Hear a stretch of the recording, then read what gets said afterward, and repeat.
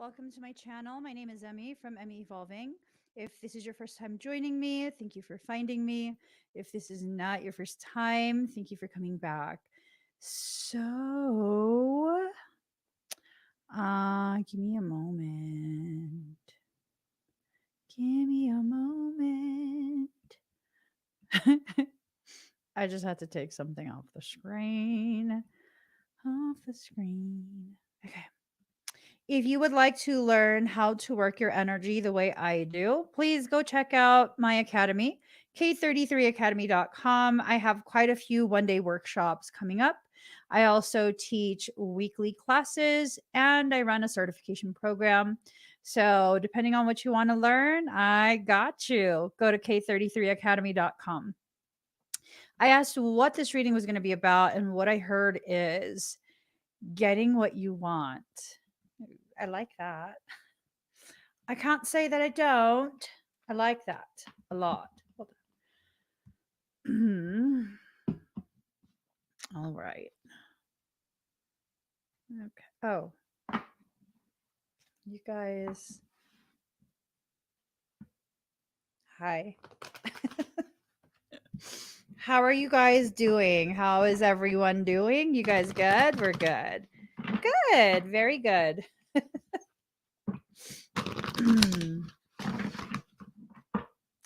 Okay. Today is Friday. Oh my God.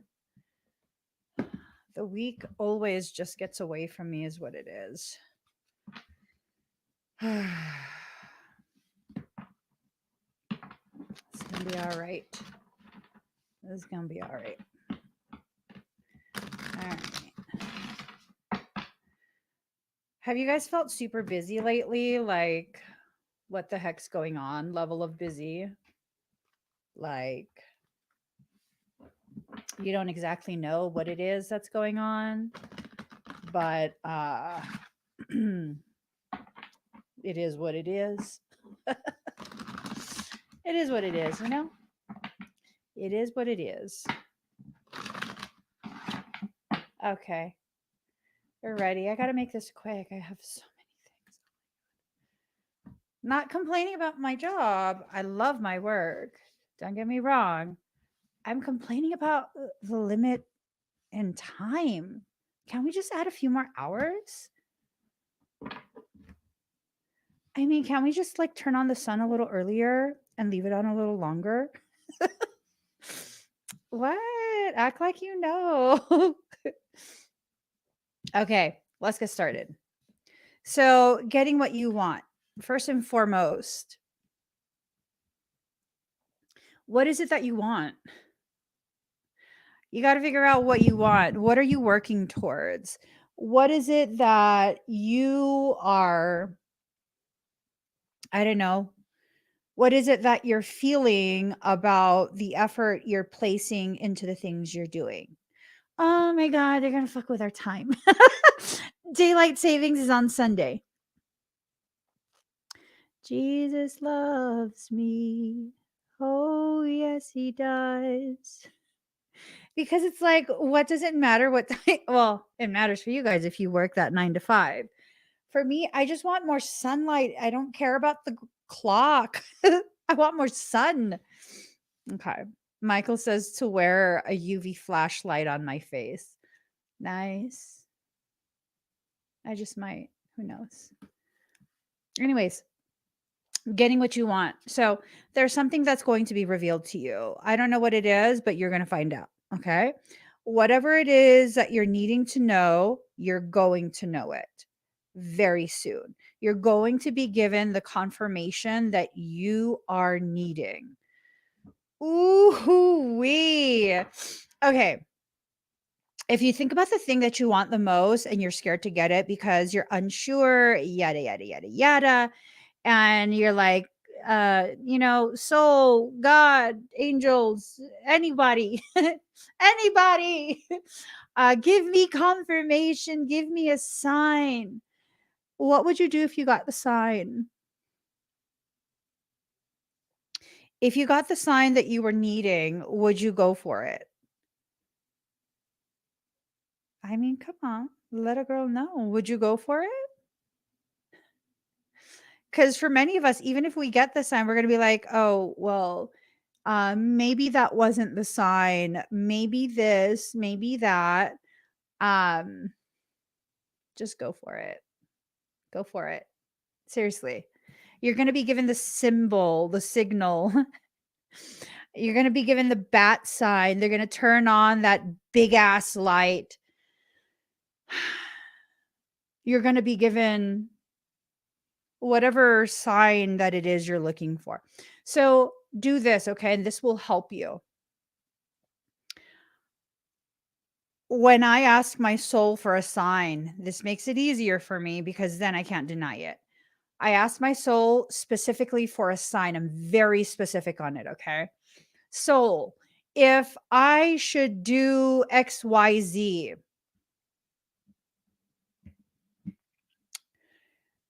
show me an undeniable sign within the next 15 minutes. Or sometimes I get even more ridiculous and I'm like, I'm going to close my eyes, soul. And when I open them, the next thing that catches my attention is going to be the sign that I need. And if I don't see anything, I'm like, all right, I see how it is. I see how it is. That means I shouldn't do that, right? That means I shouldn't do that. That's not a good example, Michael. No, no, no, Marlene. No, no, no. Okay, so I'm being asked if I'm in compliance. I am. I am. So I wasn't necessarily asking for a sign. I was like, I was told to do something. And then I was like, why would I do that? That's going to start drama. Why would I do that? I don't want to do that because that's going to start an issue. How about we leave that alone? I was literally having an argument with a two. How about we leave that alone? Leave people in their peace, leave them in their peace. And then Miss Marlene was like, don't you want a sign if that's the right thing to do? Paraphrasing. And I was like, no, I don't want a sign. And what ended up happening was I was like, I'm done talking to the two of you. Like, I don't want to hear it. And I pick up my phone that I hadn't been touching. And the phone unlocks as soon as it sees your face. Well, sometimes it does. Most of the time it won't unlock for me. But so my phone immediately unlocks and it shows me that my Facebook had been launched. And it was this thing of like, in my attempt to exit out of there, like, yeah, no, don't do that. I almost friend requested somebody. I almost friend requested the very person that should be left alone. Like, leave them alone. Right? That was my logic. I did leave them alone. But these two won't leave it alone. So it's like this thing of sometimes the very sign that you're looking for is what you're already experiencing. You have to be very specific. It's getting to a point where if you want to get what you want, you have to be very, very specific when asking for signs. Like very, very specific. What am I talking about? So, for example, if you are wanting a new job, right? If you're wanting to know what career to enter into, one that will pay you more, where you'll be happy, you'll have the hours you want, doing the things you're passionate about, you need to tell your soul not just to give you a sign, but to give you a sign by showing you exactly where you need to begin. So then maybe, in the next few minutes, you're on your phone watching videos and suddenly there's an ad for, I don't know, some employment agency. And that's how you know that's where you're supposed to begin. Okay.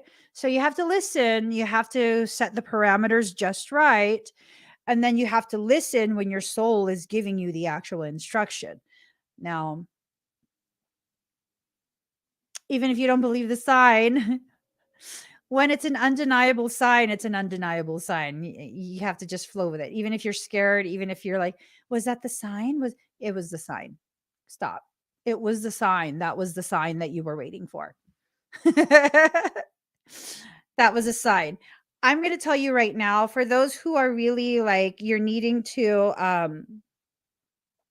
reach that whole other level of what it is you're trying to bring to fruition. You're going to have another sign during this live stream, during this video, where you're not looking for the sign anymore, but you're going to hear something that I say and you're going to be like, oh my God.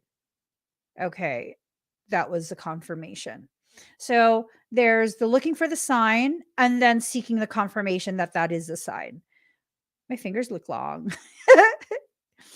I have like alien ass fingers sometimes. Anyways, so you're going to be shown something. I think part of what's going to block you from seeing what you're being shown is your upside down mindset.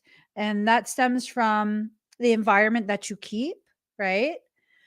The environment that you keep. And also, see, that's a confirmation for me. This right here. Lisa, you've been on my mind for the past few days, actually, maybe more like a week or so. And you had requested that I do angel aura, not angel aura paintings, right? You didn't get a chance to get one when I did it last time. And so I'm like, no, like people, they're not going to really want that. You know. So yeah, okay, I'll do them again. I don't know when. Maybe this weekend. Maybe this weekend. I'll do aura paintings for people again. But see, if you think about it, was it because you asked me or was it because you were going to serve as a confirmation for me to do it again? We don't know. All I need to know is I've been considering something, it's connected to you somehow, and you've just given me the confirmation of what I've been being told to do, right? So now I need to go ahead and do it, figure out a time when I can do it. That's how it works. If you want to get what you want, you have to do what it takes to get what you want. I'm not talking about using people. I'm not talking about treating people poorly. I'm talking about putting the necessary effort to do what is wanted and needed to bring that to fruition. Give me one second. Oh. Oh, fucking A. I thought it was at 10. Daddy, are you on the live stream? We go to the gym. Damn it. I thought it was at 10. Anyways. Okay. So, so are you like actually dedicated to what it is you need to do? Or is it just a concept right now? You know what I mean? Is it a concept right now that you're toying with this concept in your mind and, you don't know if you really want it? That's going to block you. Because then it's like you're feeding energy to it and then you're pulling it away. You're feeding energy to it, you're pulling it away. Yeah. So this spring is going to be a time for rejuvenation, right? And you have to allow that rejuvenation to take place. You're not imagining the process that you're in. You're definitely not. This is something that you know.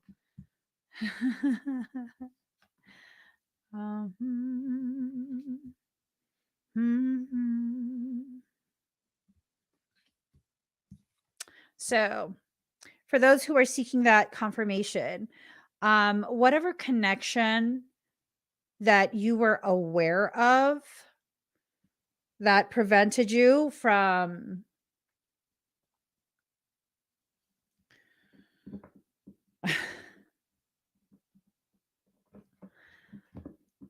the situation has changed. Let's put it that way. The situation has changed, and you're not imagining the signs that whatever prevented you from moving forward towards something, that's done. That's been done. That's not an issue anymore. Maybe before, what prevented you from trying to find another job is, um, your current job, right? You felt very obligated to do the work that you're doing. And so, you got gaslit into this space of, oh, but my company needs me. And, I can't just abandon them. I tell you this applies to like 99.99% of corporations. They'll replace you within a few days and it will be business as usual. You are denying your path for an organization, a corporation that will replace you within days. You need to follow your heart. You need to follow what your soul is instructing you to do.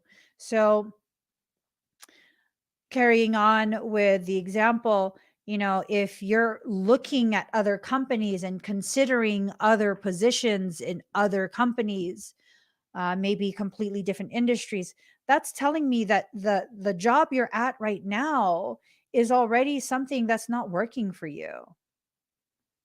It is already something that's not for you, right? And it's not that, okay, the job is taxing, it's difficult, but you're still plugging away, you're still wanting to do it, you still have this passion about you for it, then that's just a rough patch. I'm talking about where your heart is not in it. You're forcing yourself so much to do this thing that you don't want to do, right? Where you're having anxiety attacks as you get ready for work, you're crying on the way to work. That's not healthy for you. You will not be getting what you want by continuing to disregard what you need. Michael says to repeat that. You will not be getting what you want by continuing to disregard what you need. That's just the reality of things. Just because you martyr yourself does not obligate a person or a corporation to reflect that type of loyalty. It just doesn't. It doesn't. When you continue to invest in the wrong person, you waste your energy on something that's already dying. Don't say that though. My husband got me a big ass bushy plant for my birthday, and I made the mistake of taking it outside.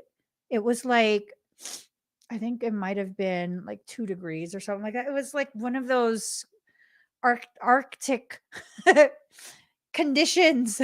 It wasn't snowing anymore, and I was only outside for maybe like 15 minutes or so looking for pots. And oh my god, I got it home and shit started falling off. It's bare bones at this point, and I refuse to give up. I'm like, we will love you into wholeness. I took you from your friends. I'm very sorry, plant. I will give you expensive I will give you expensive plant food, and you will get to use my full spectrum grow lights. Shit just keeps falling off. It's basically naked at this point, and I'm just like, you will get better. Your roots are strong. I want to show you that you can make friends with the rest of my indoor forest. I live in like a Disney house with lots of plants everywhere.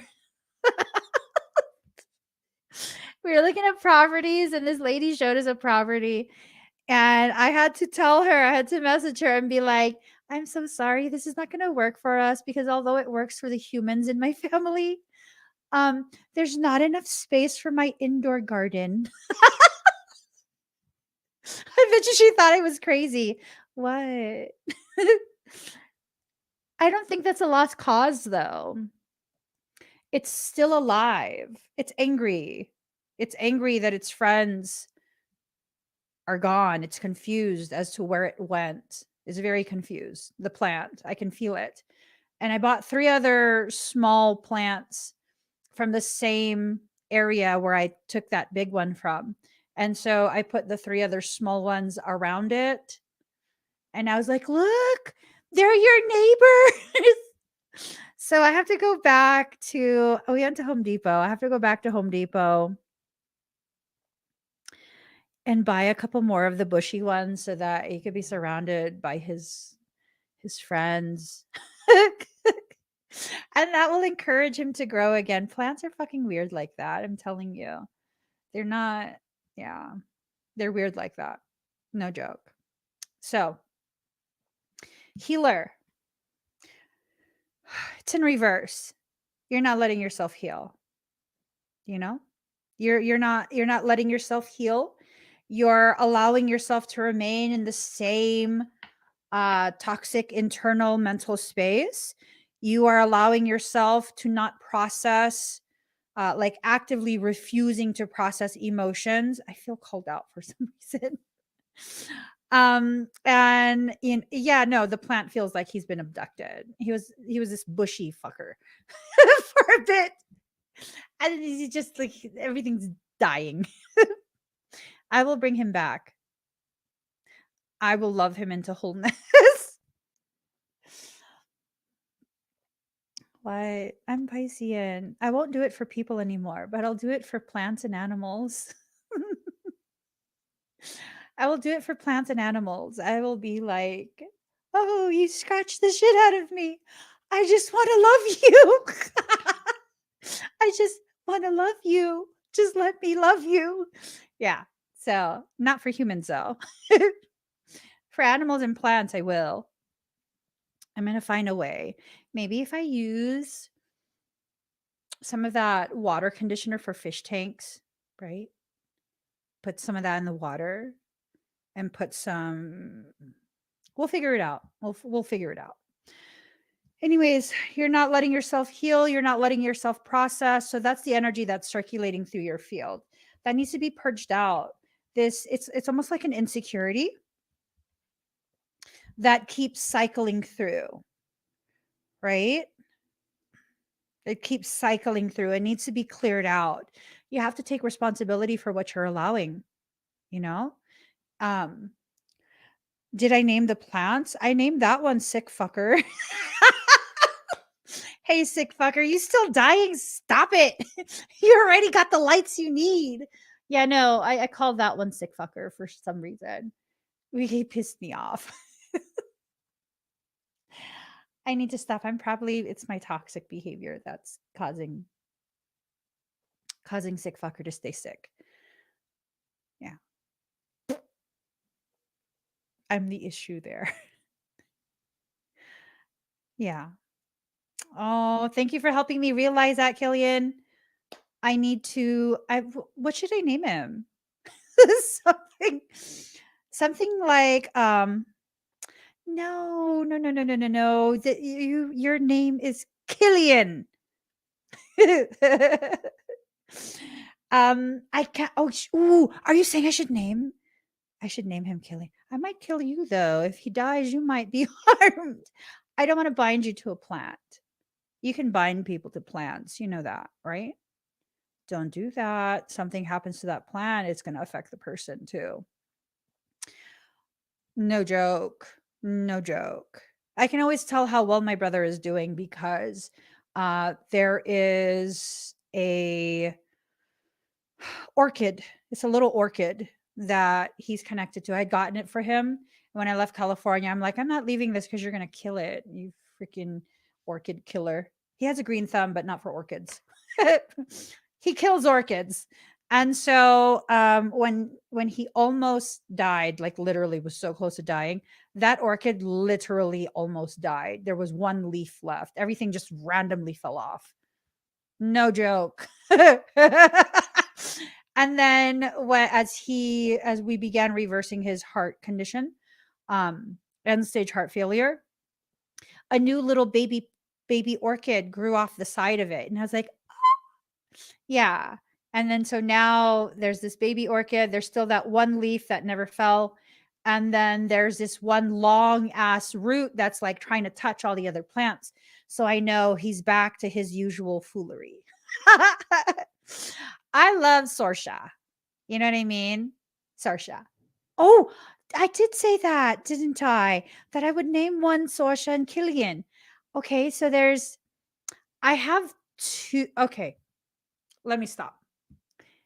Return back to the reading. I know who Sorsha and Killian will be. They are two matching babies. Two matching babies. Maybe I can post a picture at some time. Sorsha almost died because I noticed at her crown there was fungus starting to grow. I killed the fungus and Sorsha's back to life. So, Sorsha and Killian, yes. My children are usually the ones that name my plants. Those two will be Sorsha and Killian. So, balance. You're needing to find balance. You're needing to take responsibility. The balance that's needing to be reestablished is between responsibility and not taking accountability or ownership for someone else's actions, right? So, in the example of the plants, yes, I'm sure me telling Bushy over there, we'll call him Bushy, um, naming him sick fucker. And I talk to him every day, like, hey, sick fucker, you feeling better? Because now he's in my kitchen. Sick fucker, are you feeling better? What's up? Yeah, that's toxic, but I mean, he also went into shock. So I can't take full ownership of what's happening. I just need to, instead of draining my energy by feeling badly that I wasn't able to halt the shock that he experienced, um, I need to just kind of, chillax, allow myself to just be okay with where he's at in his growth. I believe I took a picture of him. Hold on. Let me see. Yeah, here. He was super bushy. He was. He was super bushy. He's like half my height. Super bushy. And all that is gone. I'll show you a picture again. But yeah, no, it's a lot. It's a lot. When the roots are strong, when your roots are strong, you can get through a lot. You can get through anything. I probably need to replant him and use some of the growth stimulation stuff that I have, but I have to get it into the roots. You can't water it in. You have to replant and amend the soil. That's what I need to do. Okay. Shadow. Scrying mirror, shadow. You're trying to exist in the shadow. This has come through several times. You're trying to exist in the shadow, but yeah, no, you're not hidden. You're still very much being seen by the people and the things that need to see you, right? For some of us, it has to do with the emotional winter that you've been in, this coldness that you've been putting upon yourself, blaming yourself, and all of that.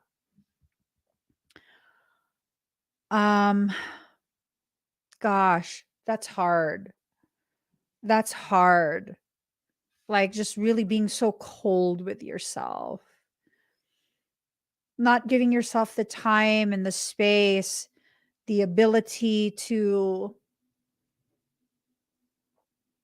just let yourself be tender with you, blaming yourself, thinking you're not enough, thinking you're not doing enough, thinking all of these different things that are just It's just ugly. You know what I mean?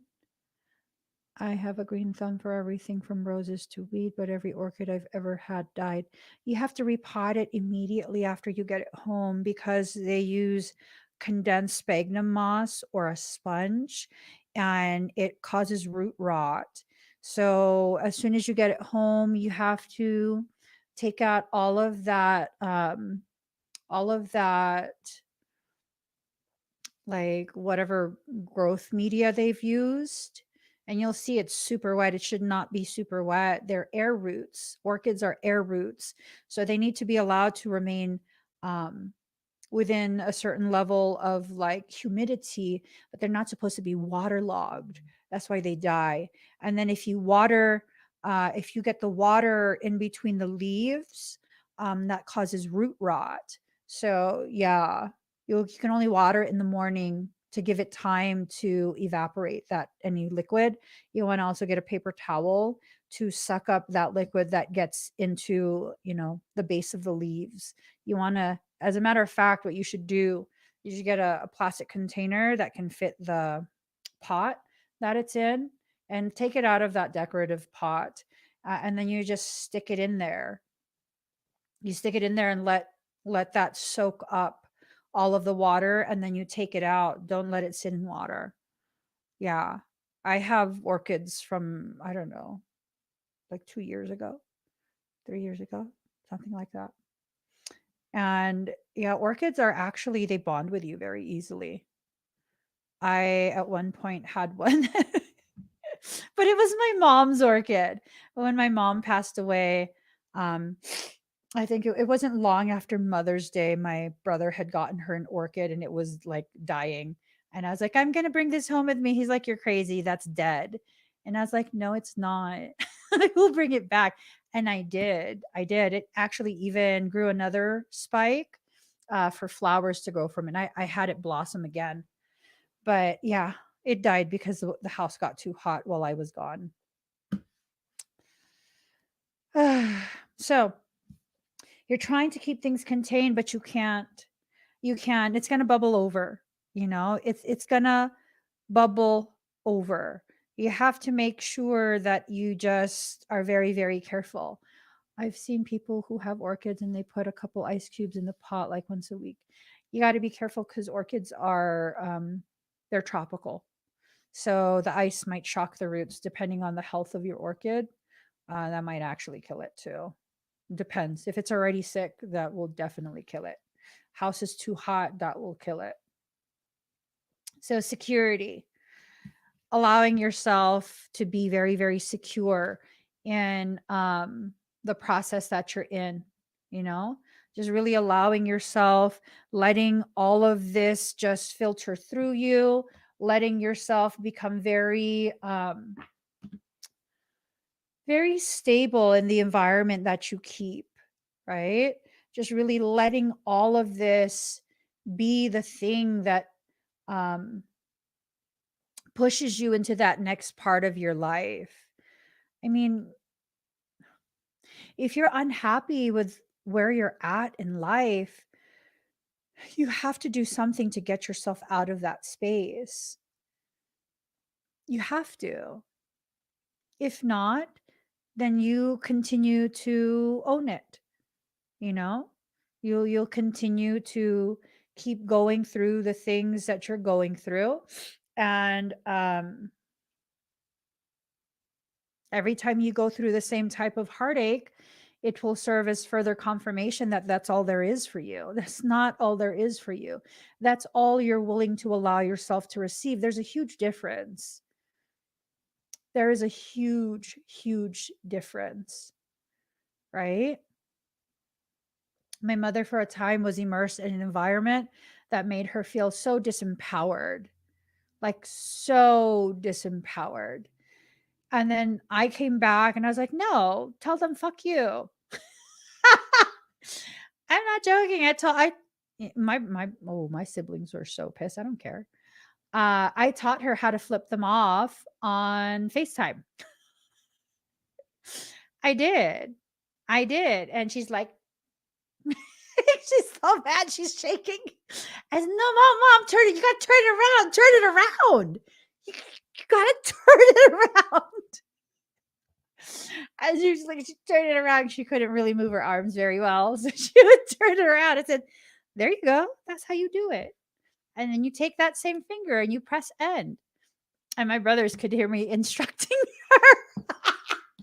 They could hear me instructing her, and they would be like, why are you teaching her that? That's not good. And I'm like, hey, she can act however she wants. She's grown. She's grown. Don't piss her off. And she won't do that. Right? So you got to do something different. You got to immerse yourself, surround yourself with the very people who will encourage your empowerment. Why do you think the most toxic people in your life don't want you watching me, don't want to hear you talking about something I said? That's very common. Let's be real here. I know I rub people who are control freaks, dominators, people who like to subjugate others. They don't like me. I don't care. I don't like you either. So, yeah, don't matter. You know, I've had many people tell me over the years, like, I don't know why, but my partner or my parent or my BFF hates it when I listen to you. They can't stand you. I mean, first off, why are you telling me this? I already know people don't like me, some people. And then I have to tell them the truth of like, oh, my voice probably irritates their demon. Because I've had people tell me their partner or whoever cannot stand the sound of my voice, just the sound of my voice. Oh, that's too bad, isn't it? That's too bad. You should leave the room when your partner is watching me. So there's a lot to do with you being immersed in an environment that will help you, like really, really, really help you to empower yourself. An environment where, you can hear the things you need to hear. For example, the ways in which you're allowing things, but yet it's not your fault. It's just you need to recognize the ways you're allowing yourself to be depleted, the ways in which you are allowing yourself to be accessed by the people who should not have access to you. How is that irritating? Because it makes it harder to control you. It makes it harder to subjugate you, to gaslight you into a space where you are believing wholeheartedly you are the problem. I promise you. For about 90% of you, you are not the problem. The problem is you're allowing an issue to continue. That's the only thing you're doing to contribute to it. You're allowing it to continue. People don't like it when you hear the truth, because the moment you begin hearing the truth and you begin realizing the ways in which you can change the way you exist by simply choosing something else, they don't like that. It becomes so much harder for them to control you, so much harder to access you, so much harder to convince you that you're the issue. And now you have to make up for it by giving in to their demands. And yeah, nope, no, not how it works. No. You have to allow your courage to be far more than your fear. Okay. To be fearless is to have less fear than you do courage. It has nothing to do with existing with absolutely no fear in you. For me personally, to be fearless is to have less fear than you do courage. Okay. Because courage is not the absence of fear. Courage is what you do in the face of fear. When you look fear in the eyes, acknowledge that fear for what it is and allow yourself to keep moving forward. as you go through this, you'll begin to recognize what your worth actually is. Not what someone else told you, not what someone else is telling you you're worth, right? You believe other people who tell you you're worth less than you are, you'll then begin to conduct yourself as though you're less than what you actually are. You're not moving on to a new chapter. You're finishing this off. Whatever this is that you're in the process of learning, it needs to be finished off. It needs to be allowed to come to full maturity, full ripeness before you can harvest that learning. As you go through it, you're going to feel like your strength is diminished. Are you less strong, or are you just excessively tired? Huge difference. Huge difference. So today is leg day, last leg day. I was dragging my feet. I didn't really want to be there. I was exhausted because I hadn't been sleeping well. And I was lifting excessively heavy. And I was getting really, really down with myself because I think I was maxing out at like 375 pounds for hip thrust. And usually I'll do a set of 10 repetitions, and I would do it at 375. And, I was only squeezing out 7 or 8 of them, and I was struggling. I was getting hard on myself, like, girl, what are you doing? I was getting so mad at myself. And then I was like, what really am I doing? I'm fucking tired. I'm tired. And I need to be gentle with myself. And then I realized I hadn't drank my pre-workout. So I chugged some, and then I went back to banging out 375 pounds per rep. What you take into you is what will either nourish you or do nothing for you. You have to know what you need. In that moment, I knew I was dehydrated. I hadn't been drinking enough in the past week.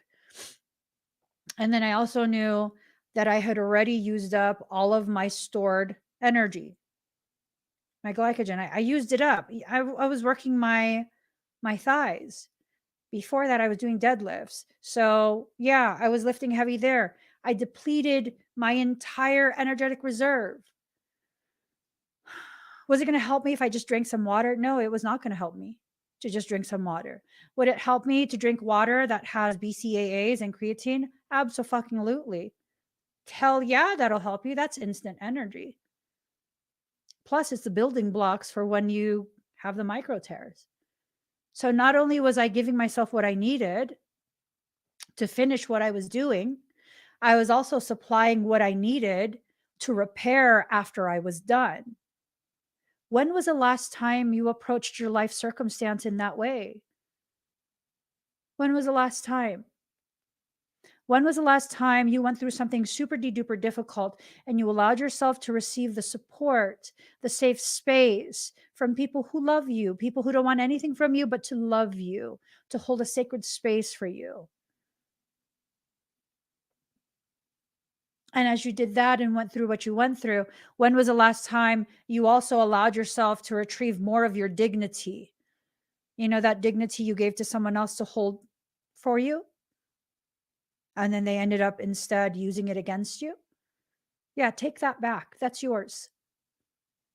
You don't need to ask them for permission. You don't need their validation to get that back.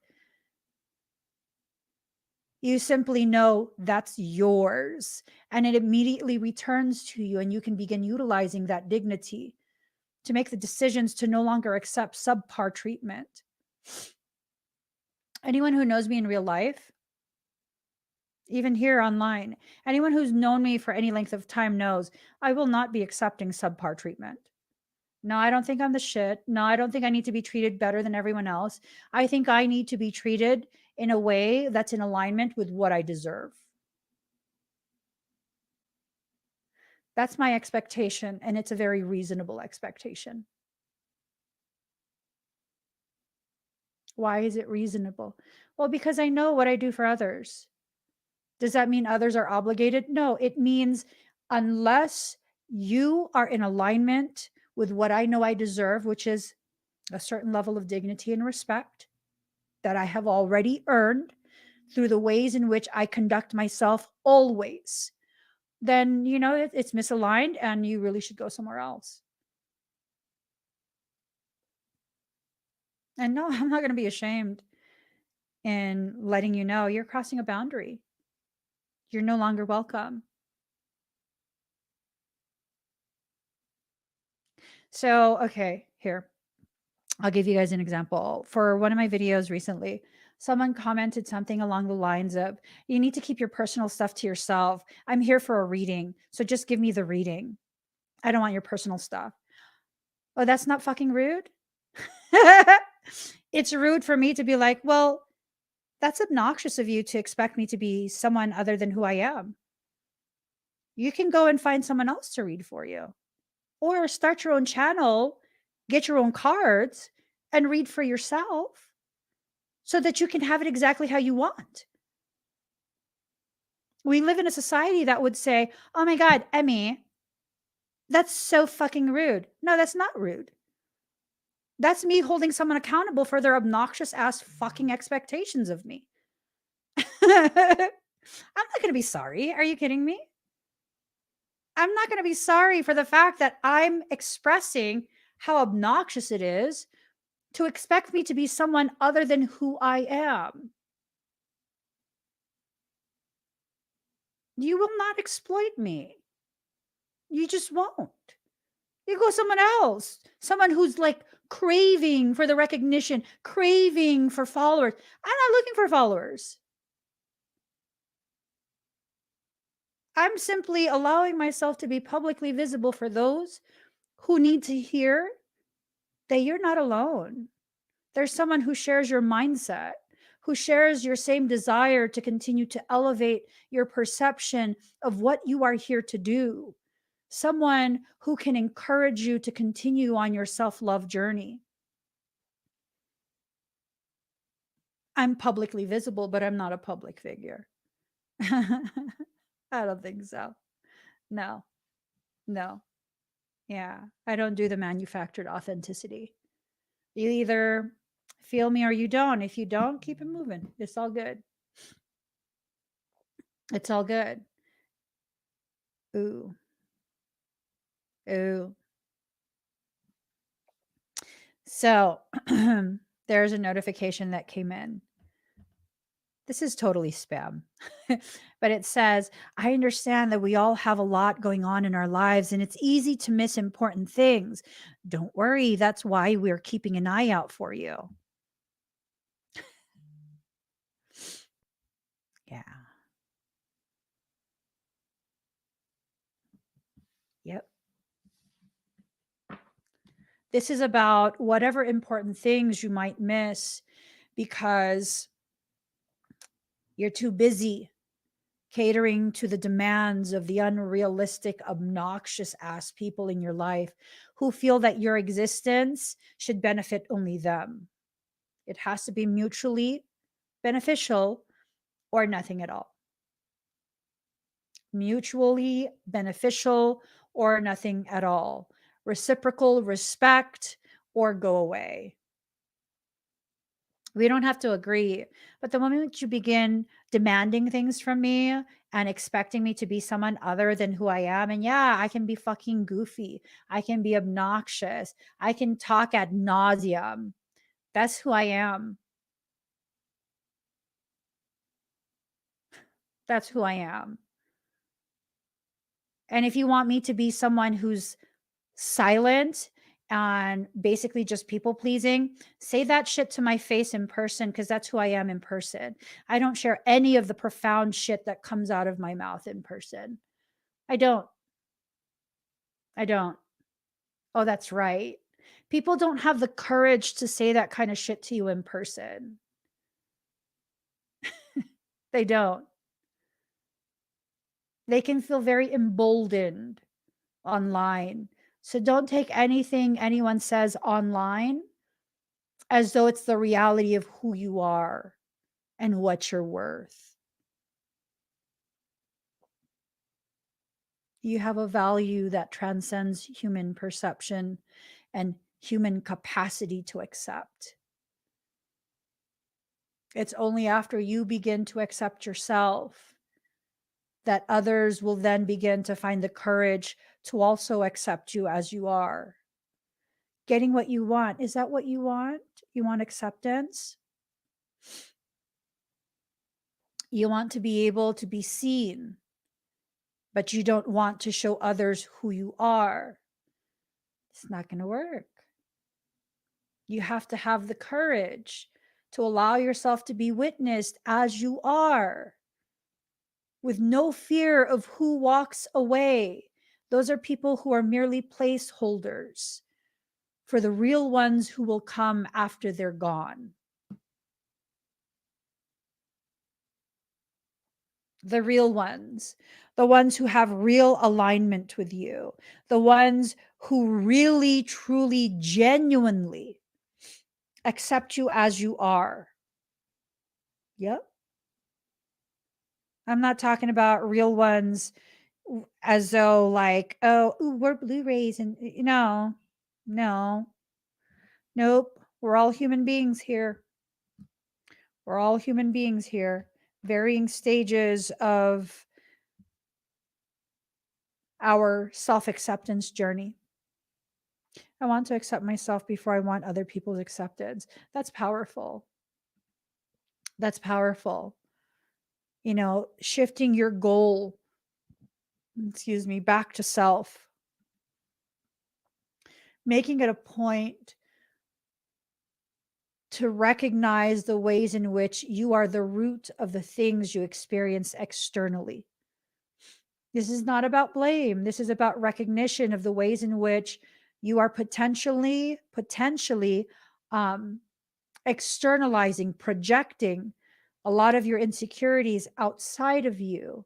And that draws in the people who are emboldened by that.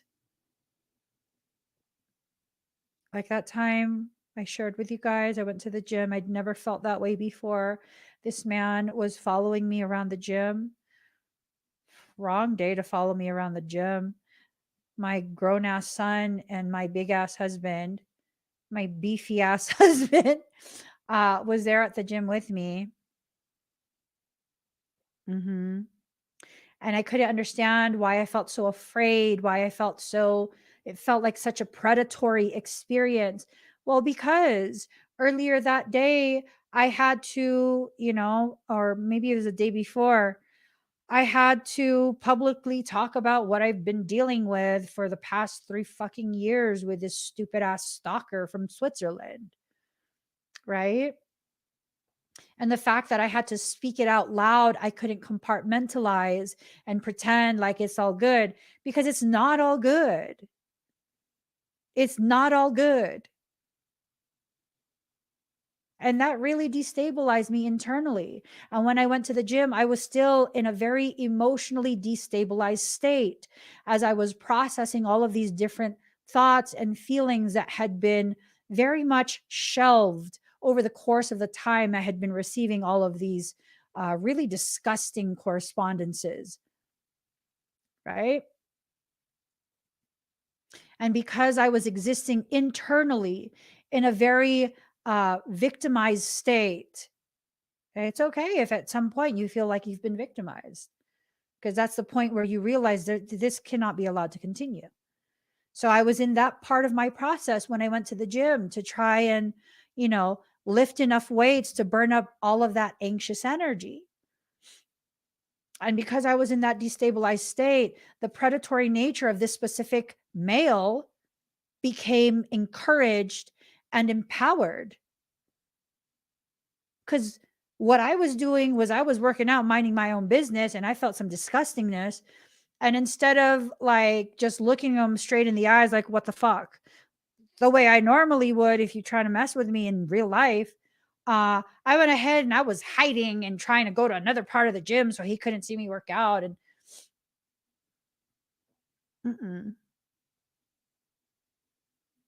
Your fear of not being able to face things is typically what will embolden someone.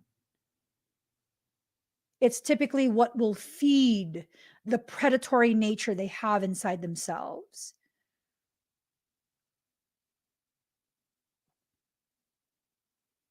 It's not your fault.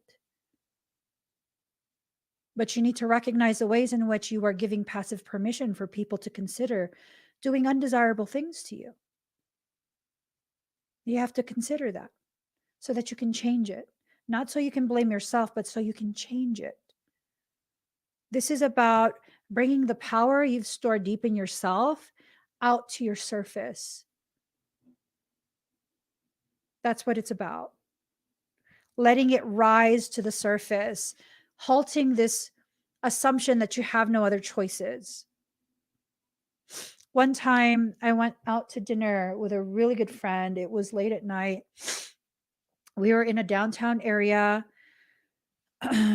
and we had to walk through alleyways to get back to the street where we had parked the vehicle.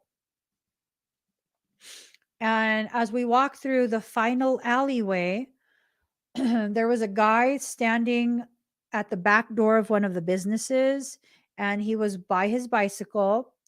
And he looked at us, and me and the person I was with, I think we both felt like, okay, um, this is weird. This does not feel right. It does not feel safe. And I think I had said to her, hey, can we walk a little faster? And she's like, yes, let's walk a little faster. Because I felt it. I felt this person considering predatory options. If we're going to be really blunt, I 100% believe he was considering whether he should mug us. As soon as that went into my head, I stopped walking. I turned around and I looked at him like, and then he looked away, and that feeling ended. Like, I'm fucking paying attention. I'm paying attention. I don't think I'm badass, but I'm paying attention. I know what you're thinking. When you embody that and you allow that energy, that courage to face whatever you need to face, really powerful things happen for you. But you have to actually believe it. You have to actually live it, embody it. I have the perfect video. Hold on. You know how people say, like, you have to claim it. You have to make the declaration. You have to, like, speak it out loud. I have the perfect video for this. Give me 1 second. I'm going to. Whenever people say that and they don't have the energy for it, this is what I think of. This is exactly what comes to mind. This is the perfect visual representation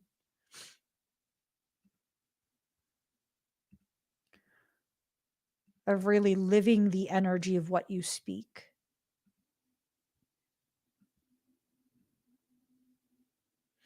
Ready?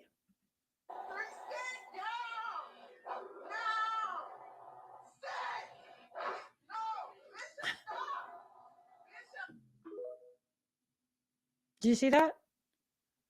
She's claiming her space. She's claiming it. She's saying it out loud. She's making declarations. She's saying it aggressively. What's her energy tell you?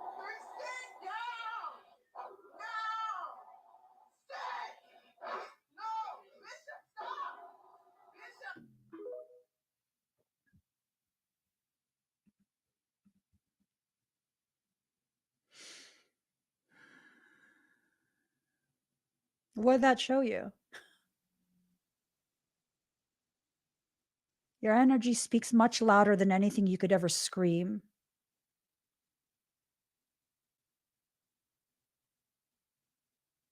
It speaks much louder.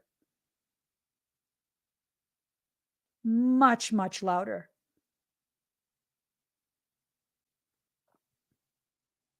over the years, I've tried these different experiments with my pets, other people's pets. And it's this thing of me exercising, claiming my energy and my space. I definitely would not encourage anyone to try this if they weren't aware of, I don't want you to endanger yourself. So there have been times where, you know, I've been playing with a large dog, and I've grown up with dogs and I'm very familiar with their body language. So unless you have a history with dogs to that degree, I wouldn't do this. But part of what I would do to give myself an idea of where my energy is I would take, whatever the toy is that we're playing with, and I would set it down in front of me.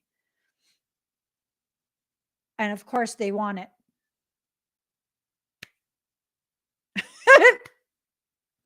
Right? And I'm just like, hey. And that's it. Hey. And they're like,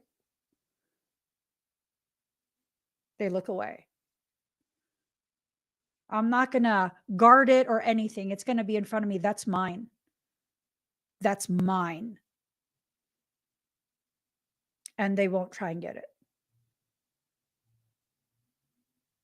because they read energy. Human beings read energy. They read energy. They read energy more than they do words. When there is space for doubt, there is space to attack you. What I teach my students when it comes to self-defense, do not hesitate. Once you've decided your course of action, you stick to it, you take it all the way. Do not hesitate. Do not any of that. You make a decision, you stick with it, you see it all the way through.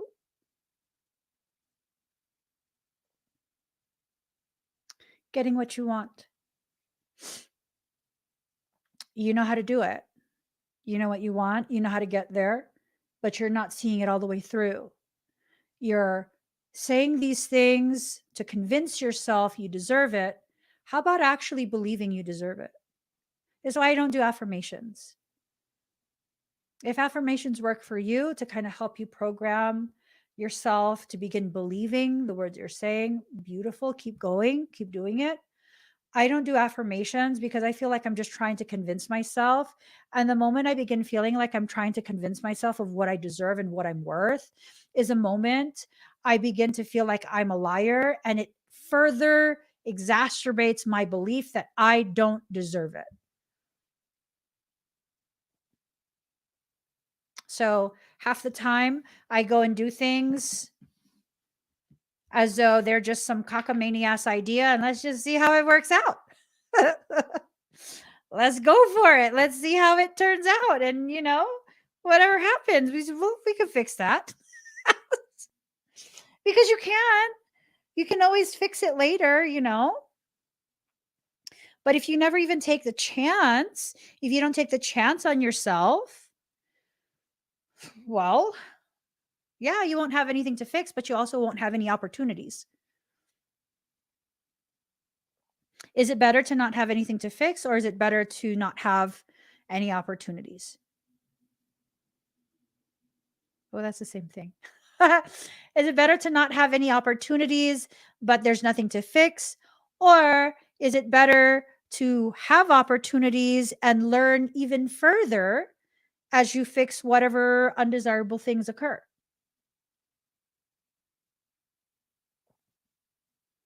I'm not afraid of learning. When I make a misstep, it's not a misstep. It's an opportunity to learn something in a more nuanced manner. And I think that if you begin seeing things in that way and you begin repeating to yourself, I'm not afraid of learning, you'll begin to learn in a very beautiful way. You'll begin to experience things in a way that is really supportive of what you need to learn and the ways in which you need to grow so that you can get what you want. What do you want? What do you really want in life? I ask you guys this fairly often. I ask you this fairly often. Why do I keep asking you this? I'm going to be honest, and some might get offended. It's not my intention to offend you, okay? I ask pretty often because I don't believe that you actually really know what you want. I think for many of us, myself included, much of what we want is programmed into us by other people. We want to impress, we want to appease, we want to cultivate a public appearance that causes us to be, valued by others. And you know what I mean? Like, I ask, what do you guys want? You put it in the comments. And some people be like, I want world peace. Yeah. What's it matter to you? What's happening across the world? How did that affect you?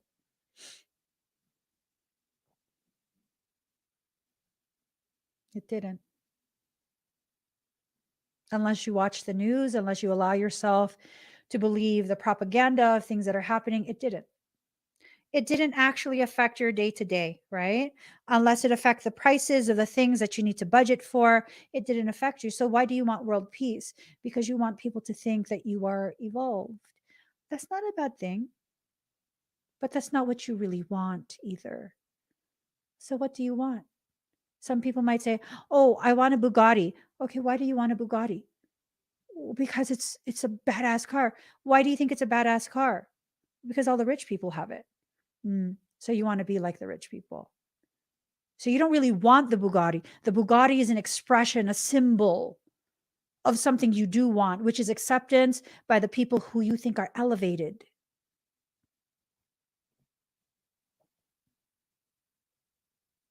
What do you really want? What do you really want? For you, not for the world, not for other people. What do you want for you? What would make you happy with your life? We don't change the world by choosing to be a group of martyrs. We don't. I learned that the hard way before I left Facebook.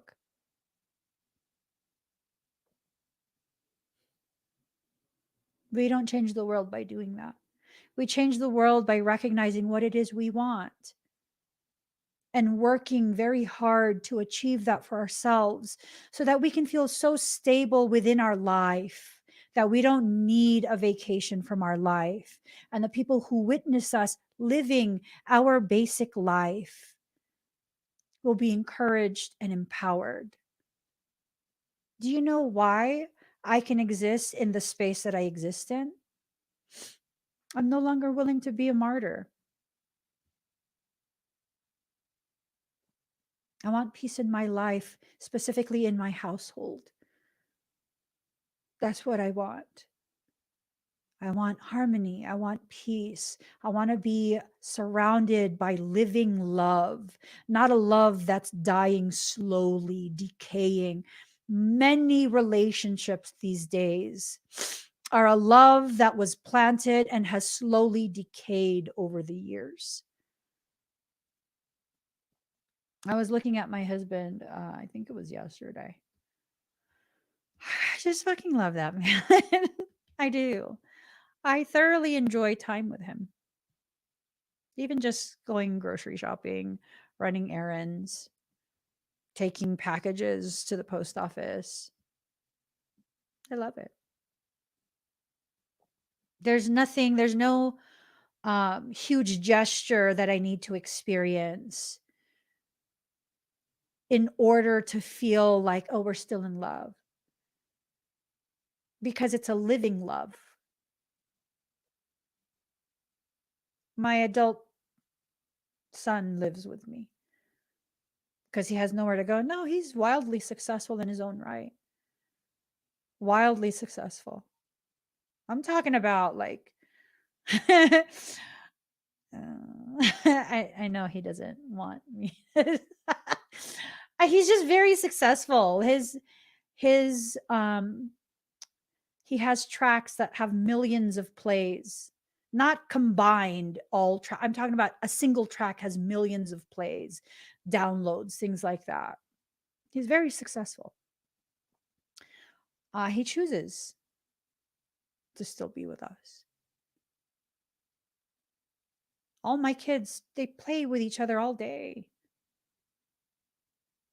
And their humor is hilarious. I wish that the world was balanced and peaceful enough that I could share my children with you guys, because fucking they're hilarious.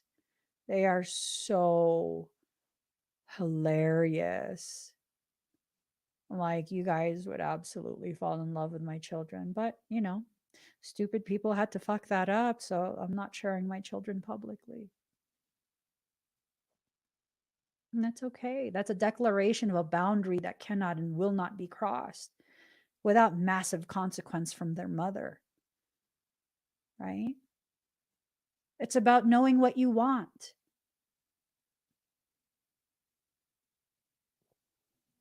And then putting the effort to achieve that.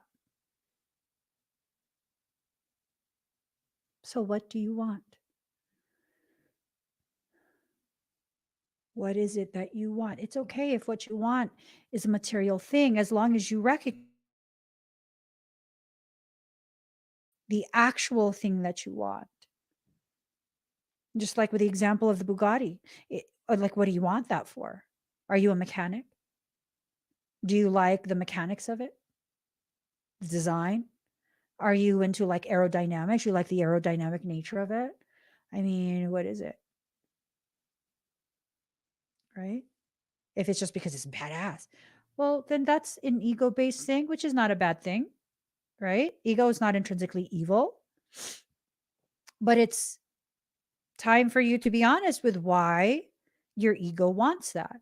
Well, because you feel unrecognized, unheard. You feel like you've been tossed away, that your value hasn't been seen by others. And that's what you need to work on so that you can begin to feel whole. So you can feel whole yourself. What is going on? My screen keeps going black. Can you guys hear and see me? Can you hear and see me okay? I don't know. Hold on.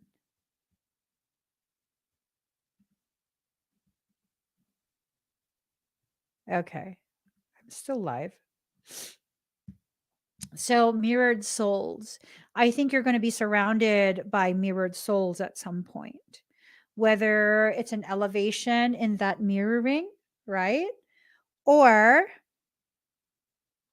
it's a very subtle immersion into a space where there are like-minded, like-hearted people. Excuse me. Right? Like-minded, like-hearted people. So we have to allow ourselves, we have to really, really allow ourselves to recognize, are we in an environment that is a toxic mirror, where the people in that environment are mirroring back to us the toxicity that we have not addressed within us, right? Have you not been using your intuition? Have you not been allowing the messages of soul to come through, getting what you want? This is a period where if you allow yourself to set this up just right, not set someone up, I'm talking about set up the different aspects of you just right so you are centered in your truth. There's nothing that can stop you. It requires communication between the self and the soul. It requires communication between the self and the external environment.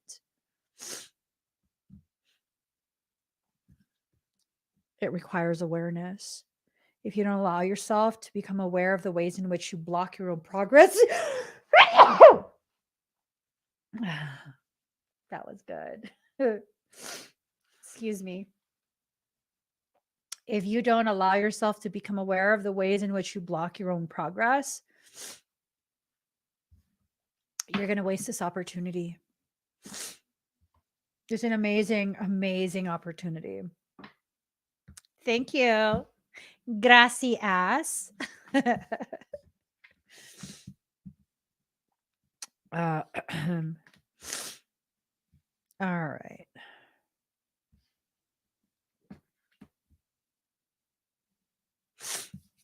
Metamorphosis. So you're going through these changes, right?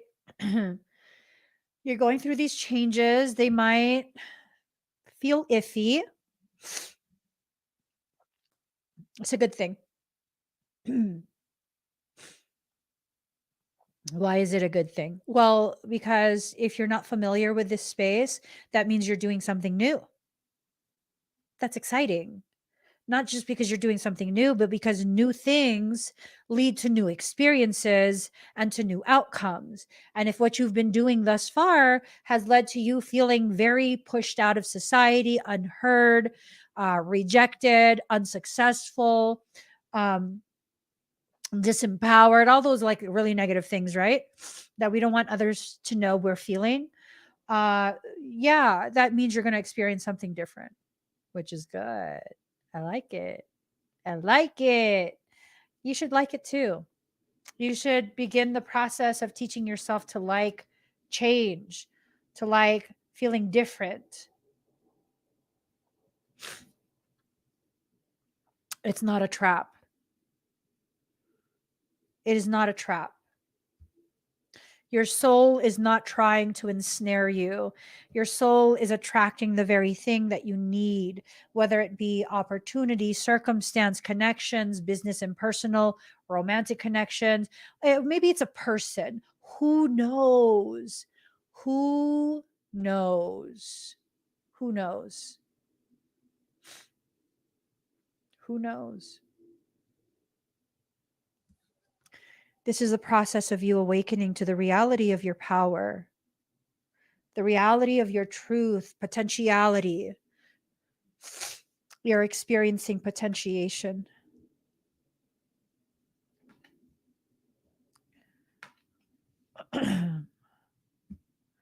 Observe Sijal in reverse. You haven't been looking at the way your choices have been the source of your pain, that sense, that perception of being punished by life, right?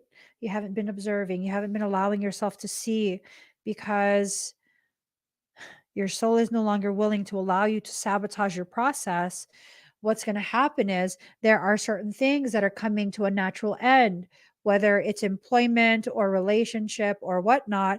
It's coming to a natural end. Let it. Stop trying to revive the very thing that needs to be let go of. I think for some, this has to do with a connection with a person, and you're trying so hard to remain connected when in reality, this person is just a symptomatic presentation of the toxicity you once existed in. Ooh. For example, you're in a relationship where you are not heard. You constantly, you can't talk about anything that's going on because, they're going to be stressed out and they're going to this, they're going to that. And, you're constantly on eggshells. You're constantly this, you're constantly that. You don't know why, like, what did you do that you don't feel loved? And you're just trying so hard, trying so hard to cut that off. No, trying so hard to heal it, to fix it, to get back to a space of, I guess, where you used to be, a space of being in love. Were you in love or were you trauma bonded? And now you're growing beyond the trauma.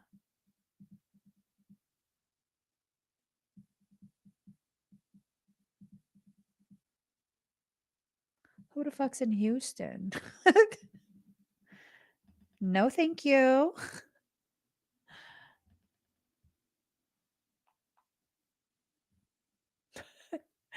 Houston is calling, y'all. Houston, we have a problem. um, I think what's happening is that for some, the trauma bonds are being broken. And because you're a very loyal person, it feels like if you just do enough,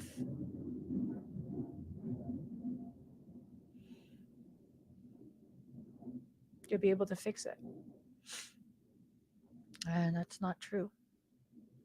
It's not true. It's ending because the trauma cycle you have lived in for X amount of months, years, however long.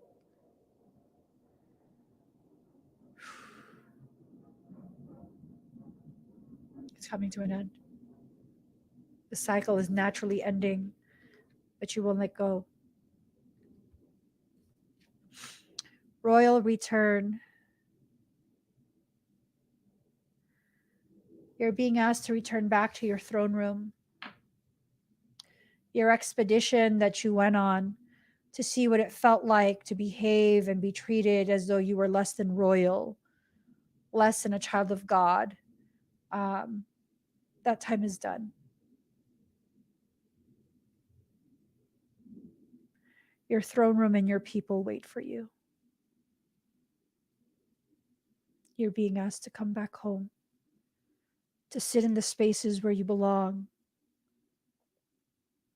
to begin conducting yourself and regarding yourself as the royal you've always been. Endarin activation. By the flames of Endarin,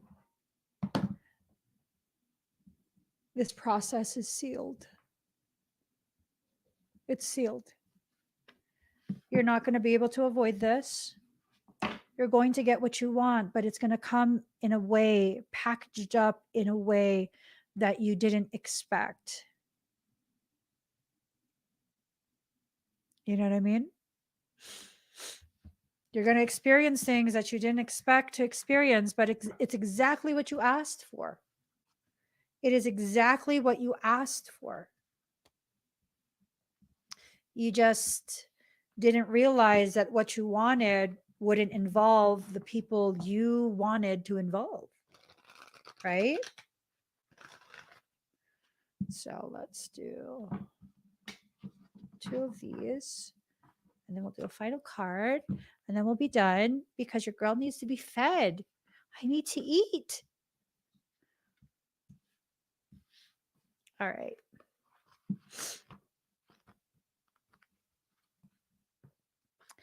Card number 45.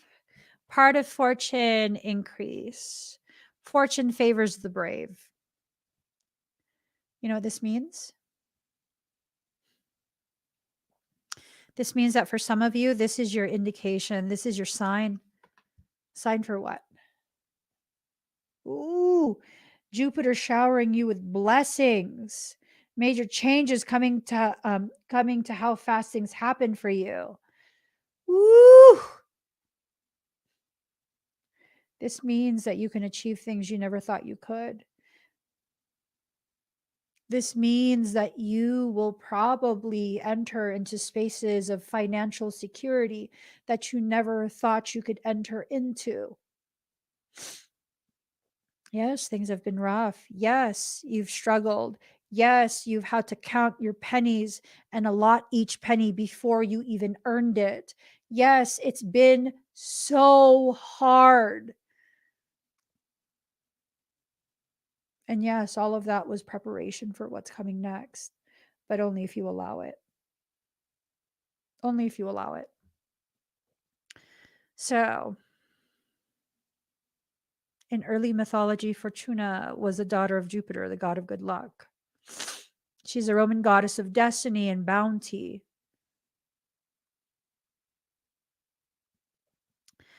Okay, so many look upon the part of fortune as moon energy, which means the talents and gifts it endows upon an individual are both nascent and unconscious. It is as if its powers are waiting beneath the surface of water, and when that water is stirred by action or thought, those talents and gifts emerge. So, excuse me, that's why you're feeling that agitation. That agitation has to do with stirring all of the things that have settled into your depths so they could rise back up to the surface where you can retrieve it. When the part of fortune card turns up in a reading, it means a time when things begin to flow more easily and you'll have your success, but success and how it will come about and how long it will take will very much depend upon the surrounding cards. You may want to take advantage of this time of easy flow to resolve conflicts. So there's an opportunity to resolve the conflicts that you've been experiencing in life. Whatever those conflicts are, you need to allow them to play out in the way they're meant to play out. That means the people who are being removed from your life need to be allowed to be removed. It's toodle time. Okay, you get your little mask of tool and you make it toodle time. Hold on, my hair is irritating me. You take your mask of tool and you make it toodle time, okay? You let that be the thing that you focus on, using your tools to create the space that's necessary for your abundance to enter. Your abundance will not enter so long as your space is filled up with the garbage, literally garbage, that other people have filled your mind with.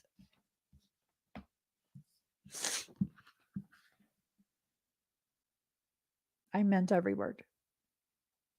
You have allowed far too many people to convince you of this and that about yourself and how you're limited and you can't do this and you can't do that.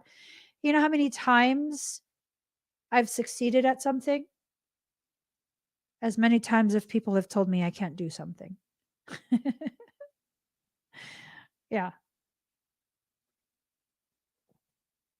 And whenever people start to tell me that I can't do something, whenever people start to infringe upon my sovereign spaces with their limited thoughts based in their limited existence and trying to project that onto me so that I can join them in that limitation, that's usually an indicator it's time for me to rise tremendously. Like shoot up like a rocket. It's up to you if you want to believe those people. For me personally, fuck that. When the part of fortune card turns up, it means a time when things begin to flow more easily and you'll have your success. Oh, okay. But success and how it will come about and how long it will take will very much depend upon the surrounding cards. You may want to take advantage of this time of easy flow to resolve conflicts within yourself. It's a time to heal that toxic situation, which has been so difficult to overcome. Since a part of fortune mostly means gifts, you may want to take on another area of study or master another art form. You could take one of my classes. You could. You are more creative and in tune with your imagination as well as your emotions. This card also means that benefits will suddenly be placed in your path.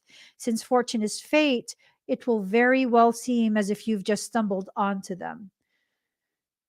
This is part of your destined path. This is part of what you are destined to experience as a precursor for the return of your greatness. Amazing things are about to happen. Disagreements are improbable, but if they happen, you will likely take the high road. Another area that looks extremely fortunate is anything to do with public relations or promotion. This is a period of recognition and achievement. Your overall popularity is increasing and some type of recognition is on its way. It's also a favorable time for learning, teaching, or taking exams. You may want to do good and honor others. Through this, you will gain respect and opportunity. You will heartily share what you have gained for yourself with others. Injustices of any kind will change and rouse you into action. You know, it's time.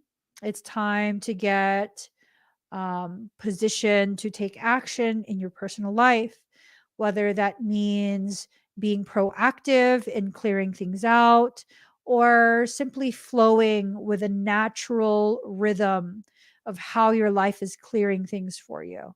It's up to you. If your question is in regards to romance or any other type of relationship, know that the situation is a fated one. But what? Sorry. Michael says, "Are you listening? I'm reading." What? Okay, hold on. If your question is in regards to romance or any other type of relationship, know that the situation is a fated one. Excuse me. It is meant for both of you to help fulfill each other's calling. This will not be a relationship you can ever move away from easily. Destiny is involved. So, together, you're called to achieve and master higher things that would be more difficult had you not met each other. So, this is about, oh, God.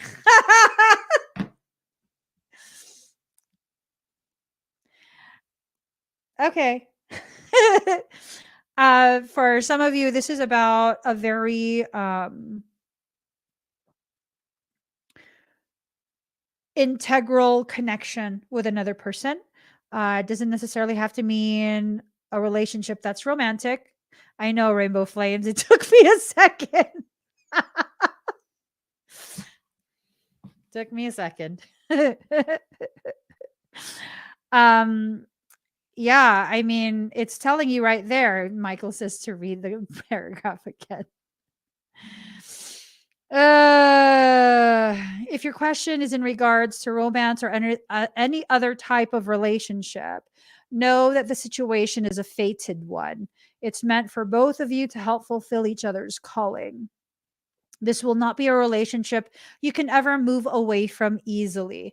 Destiny is involved. So, together, you're called to achieve and master higher things that would be more difficult had you not met each other. In this, there will be challenges, even though the love will always remain. Oh, well, I'm saying I'm ready to go to the next level, Michaela. You need to have a conversation with someone else, not me. I'm the fucking choir and the choir instructor.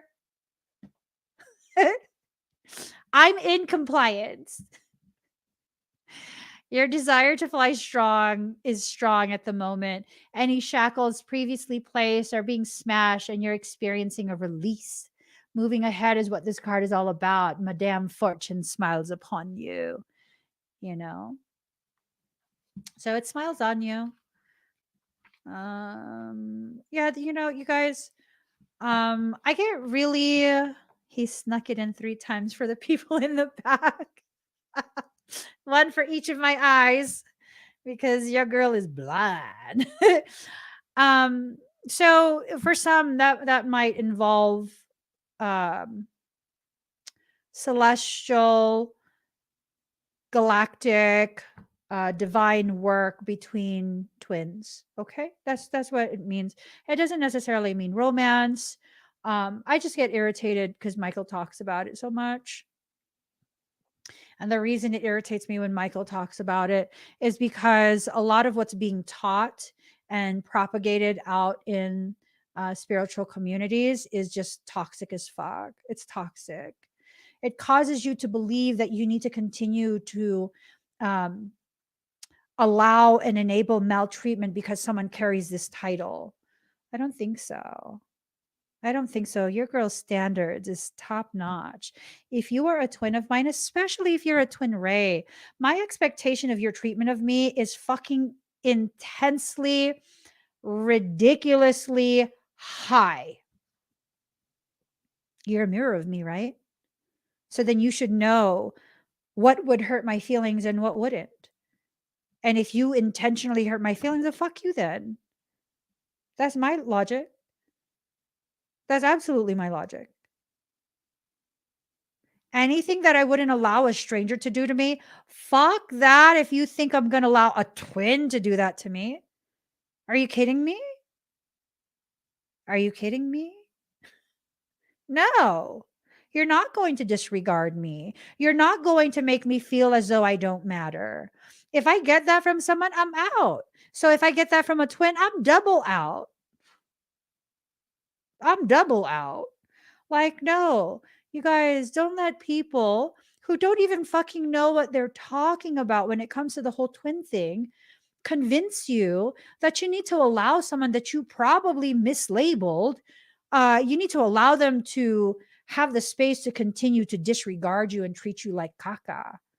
Like, excuse you. Even the caca gets fucking embraced by plastic sheets to protect it from the elements so it can stay nice and warm and snug as it percolates before you use it as fertilizer. Fuck that shit. Don't let people treat you like shit.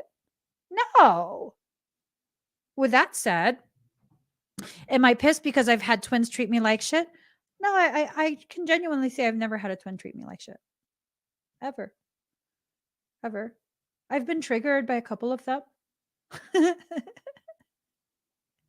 I have. I've been triggered by a couple of them, but that's because the way they mirror the process that's inside me, it brings it outside of me, and then I can't ignore it. So I get triggered and I need to quiet down and just stay in my own space for a little bit or a little bit. Yeah. Like one of I'm hyper fixated on one of my twins right now. She's amazing though. She's amazing. Be careful what you pray for. Okay? Be careful what you pray for. I was like, I just need like a non-hetero twin. That's it. That's all we need. So I found one. And I'm just hyper fixated. And it's this thing of really being able to see through the mirroring a lot of the things that I do still need to work on within myself, right? How many twins do we have? So you have one twin ray while you're in physical form, and then you can have an allotment, a variety of twin flames. Twin flames is not the end all be all. I mean, social media is trying to convince you that a twin flame is the end all be all. You only have one and you belong to, yeah, no. I found quite a few. Yeah, so I've been like super, deeply intense in conversations, like private conversations with my my female twin, and it's been intense. Like I was talking to her super late last night. I ended up knocking out on her. Yeah, no, I totally knocked out. But then I woke up this morning with the first thing in my thoughts of like, oh my God, I hope she's okay. I totally didn't even finish our conversation. Right? She's fine. She's fine. But that's the thing. I see what she's going through, and I don't want to disclose any of that. That's private for her. I see what she's going through, and it reminds me of the ways in which I went through something like that without realizing how my skewed perception of myself was what was giving others permission to do the things that made my feelings feel very hurt, right? So and then of course I also had to remember, and this is like the biggest reciprocal blessing for me, because it's a reciprocated blessing when twins come together to help each other kind of sift through the experiences they're having. And one of the most greatest blessings is in that it helped me to further process a lot of the different lessons where it's like I had to go through that in order to learn to the gravity that I've learned. So I can't just be like, okay, I'm going to go ahead and use my precognitive abilities. I'm seeing how this plays out, and I'm just going to blurt out to her, like, girl, you know what's going to happen, right? And I had to fight myself. I was chatting with her pretty much all afternoon, evening, all the way through to the night. And I blurted something out to my husband. I was like, this, and this is gonna happen. He's like, you told her that? And I was like, no, I'm saying I don't want to tell her that. I can't tell her that. Like, she has to go through this process. So it's me learning boundaries and not robbing people of their ability to learn to the most nuanced degree by my interference. Right? Like, I cannot interfere in that way where I'm going to tell you in advance, like this, and this going to happen. Because I mean, for me, it was like cut and dry. Like, I already know. I'm going to make a batch of chocolate. I'm going to send it to you. I'm going to send it to you. We go, girl, I got you. I got you, Twinnie Boo. I got you. I think that's going to be her new name. Twinnie Boo. Where should I mail your chocolates? I'm serious. I'm going to make her some truffles because she's going to need it. Card number 37, fire element, desire. Passion, though a bad regulator, is a powerful spring. There are changes coming, new movement. Look for them to be quick. So, yeah, these changes are going to be very, very quick. Very, very quick, right? Ooh, does that mean I'm going to move quick? I don't know why this is taking so long for me. It's usually like I decide, okay, it's time for us to move. And then within a week, we're moved. The fuck? Some bullshit. I think because my twin is going through something and I'm kind of just like, girl, what's wrong? What's the matter? But yet I won't text that. I'm weird like that. Well, finally I did text yesterday. I was like, you okay? Yeah. Yeah.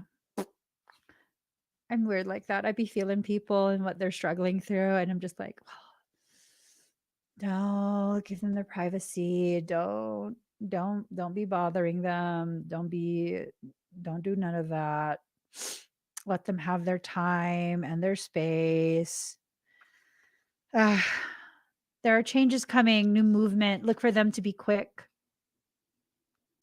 The element of fire in astrology is all about beginnings, our passions, and how fast we get our energy moving. It speaks to how rapidly we react and how long it takes us to accomplish what we set out to do. Fire is burning determination.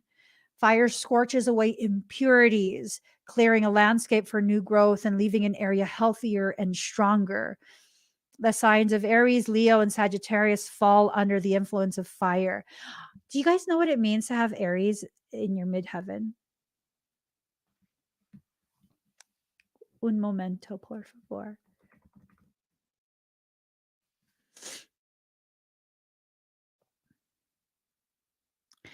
They likely like to do things their own way and make wonderful entrepreneurs.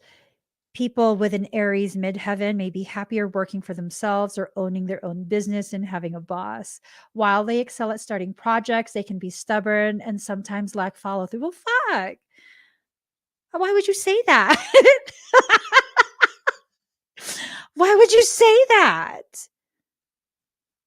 Okay, hold on. An individual with midheaven and Aries produces positive results when they are able to express their personal point of view. See what I'm saying? I'm saying. Midheaven and Aries suggests that you are seen as a leader. I don't know about that one. This is a trailblazer placement. You're fascinated by challenges. I like that. It's true. Okay. Okay.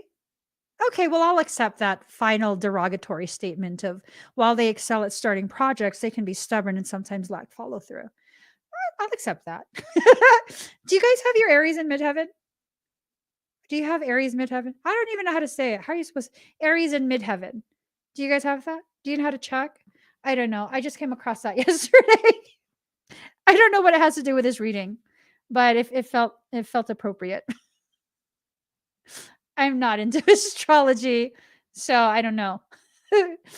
When the fire card is involved, expect changes to be dramatic in an unforgettable way. A situation is about to be transformed through a wake-up call or a personal epiphany. Oh my God. I can feel like my heart is pounding. I need to send this to her. I just do. I need to send that to her.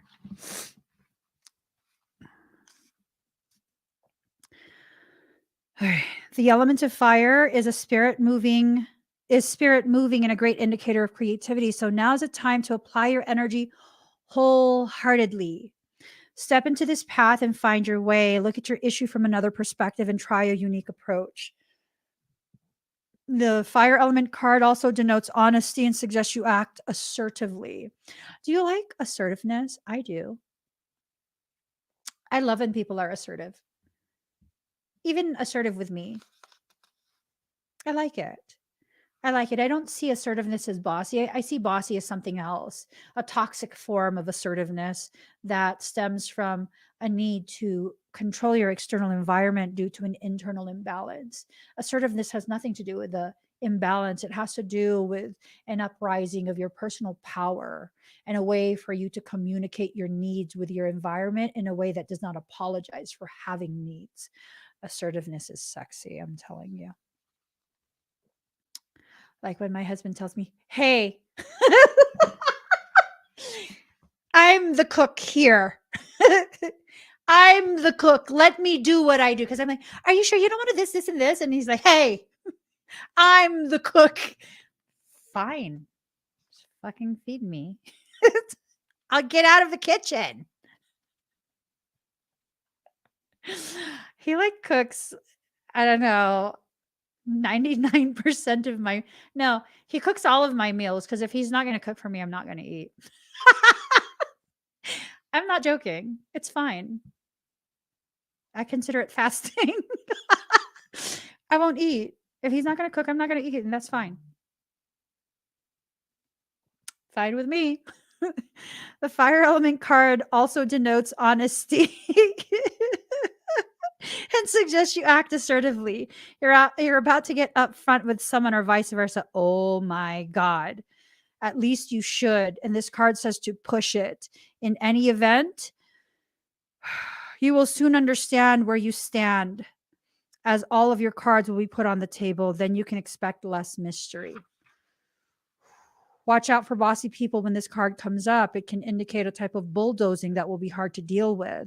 Others may claim they are speaking to you from a place of truth and concern, whereas they may not understand the situation very well and not offer the best advice.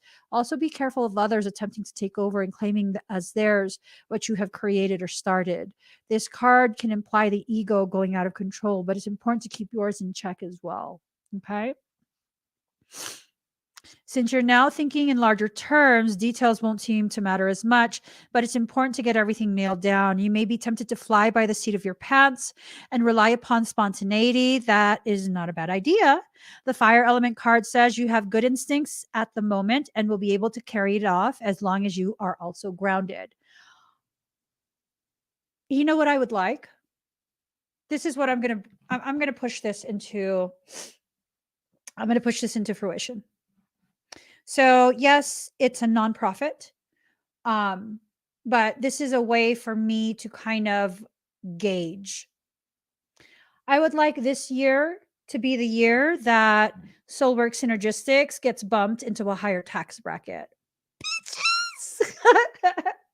So that we can actually start building the sanctuary. I would love that. Not through donations, but through sales. It's still hard for me to receive. I know I'm blocking a lot of what the sanctuary can get, but I don't know, like y'all are my people, and I know you're going through things as well, so I don't really like to ask for donations for the church. I don't like to do that. Unless it's absolutely necessary, I don't like to do that. I would prefer that it come through sales. The for-profit portion of the nonprofit, which is still tax deduction, right? But you can't claim it as a donation because you're receiving tangible goods. But I would love for Soulwork Synergist, our bakery, the Soulwork Synergistic Bakery, to get bumped to a whole nother tax bracket. And then we could start really pushing for all of the work to be done in our physical campus. Yo, I'm saying, I'm saying. Can you feel that energy? Can you feel the vibration in your chest and it's going up higher?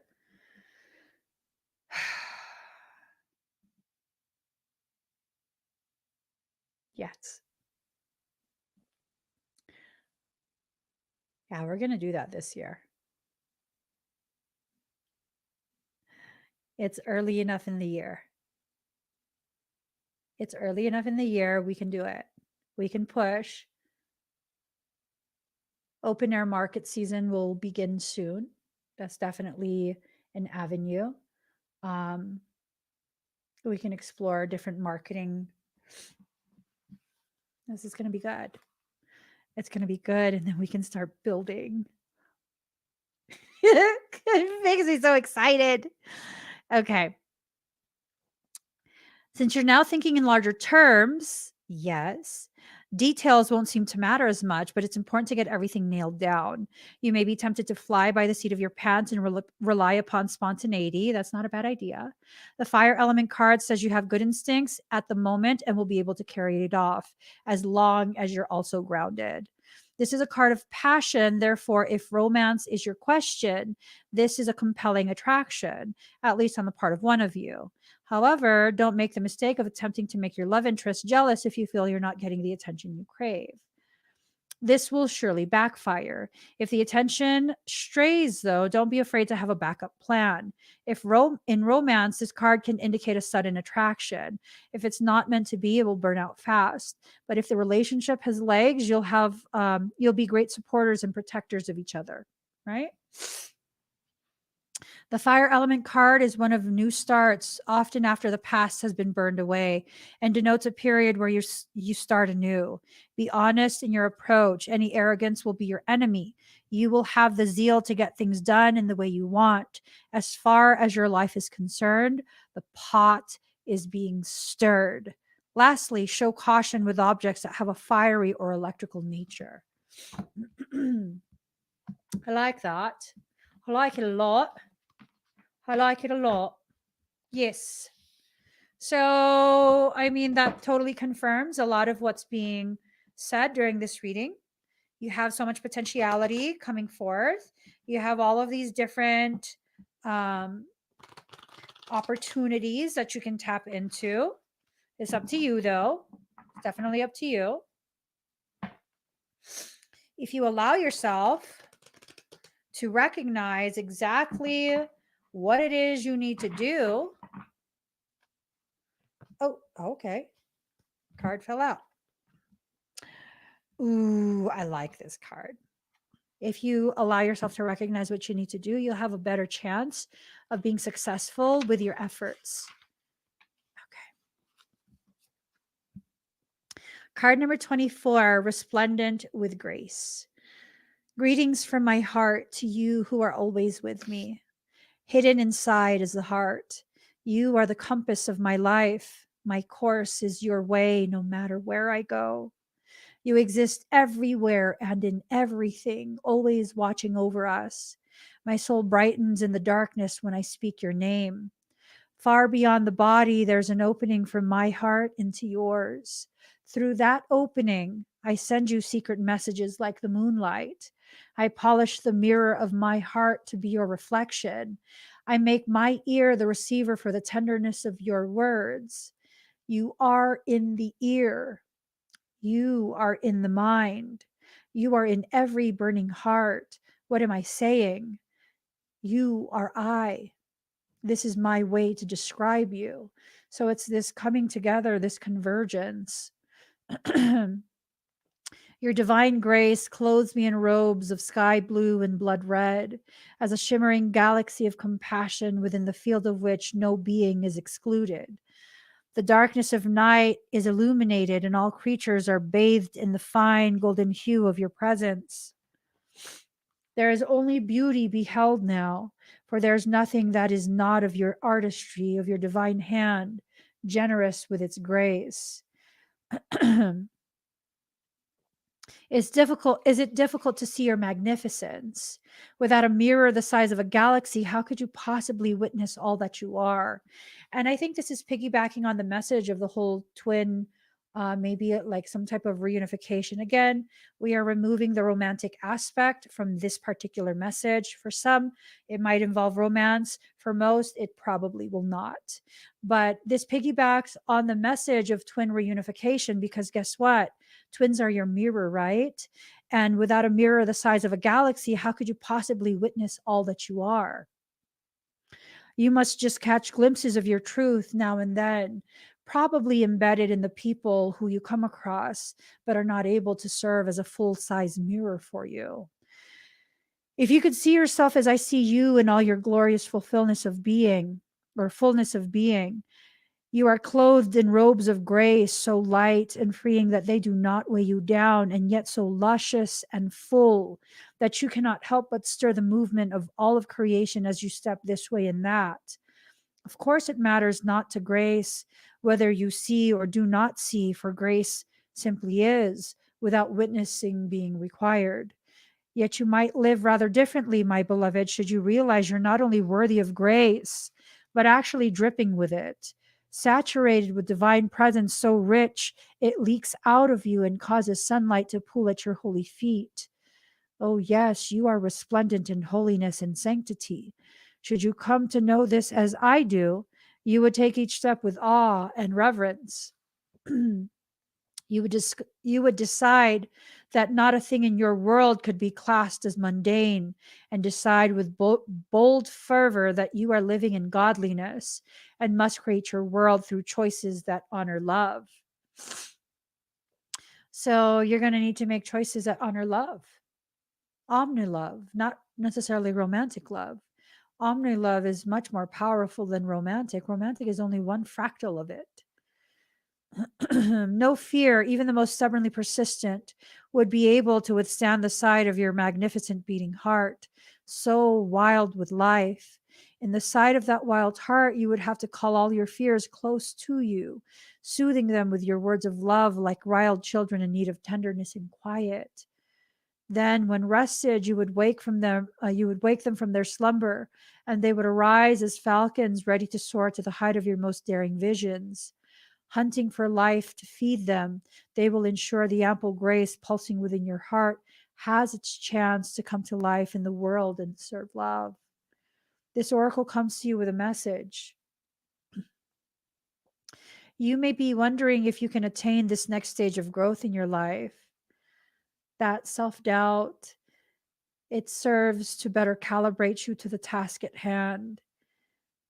But if you allow it to take control, that self doubt will crush your hope and confine you to a space of limitations. You are already well equipped to do so, no matter what you might believe about the situation, circumstance, or others involved, even yourself. So that self doubt is extending beyond just you.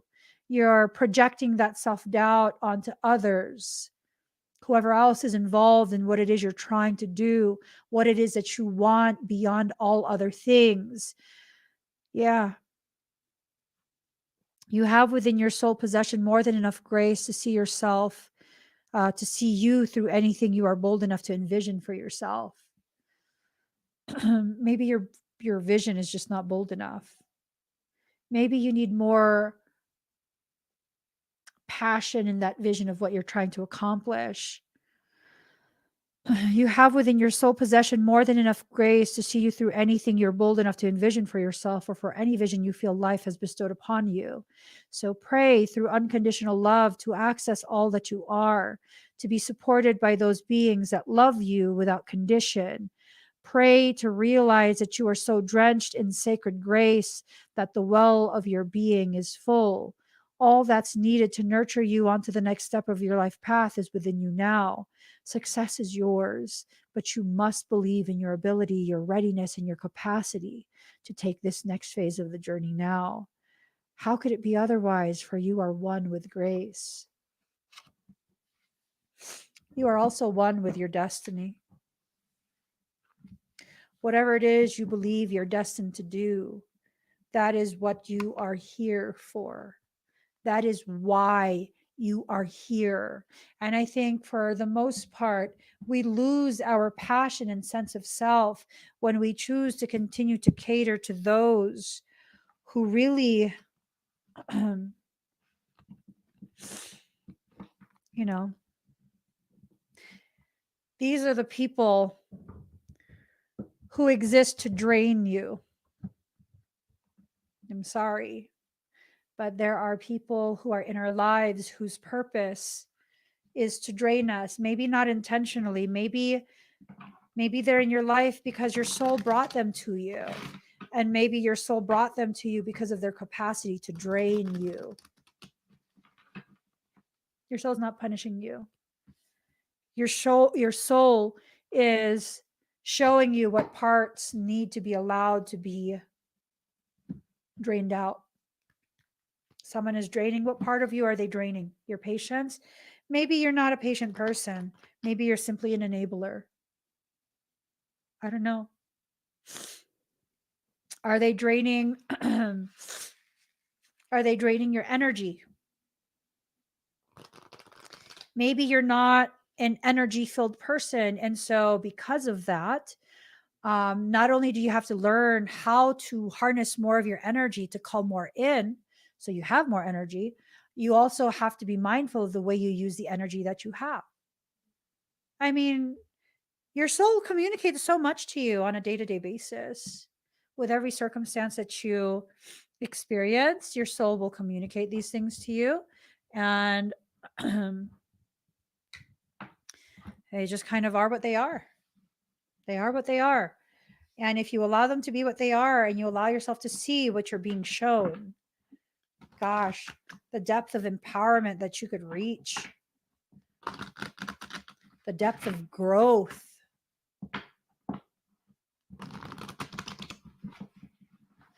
If you grow deeply, your roots will be able to sustain you during inclement weather. There are no winds strong enough to knock you down, not even the winds of gossip, not the winds of change, not the winds of gossip, none of that. You will not be knocked down. You will sway, yes. But that's you dancing. That's definitely you dancing.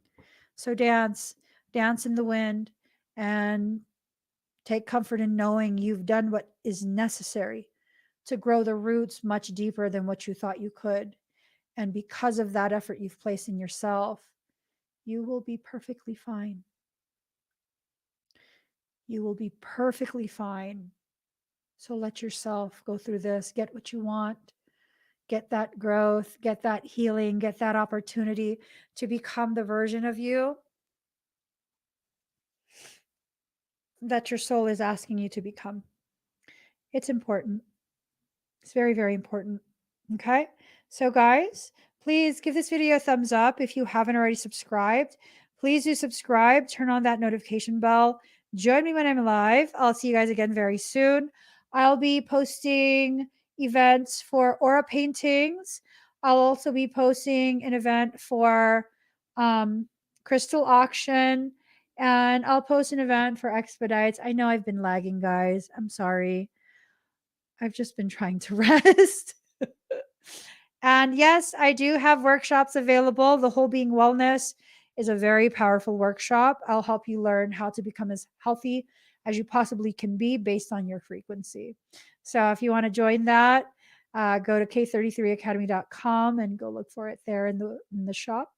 I'll see you guys again very soon. Bye, everyone.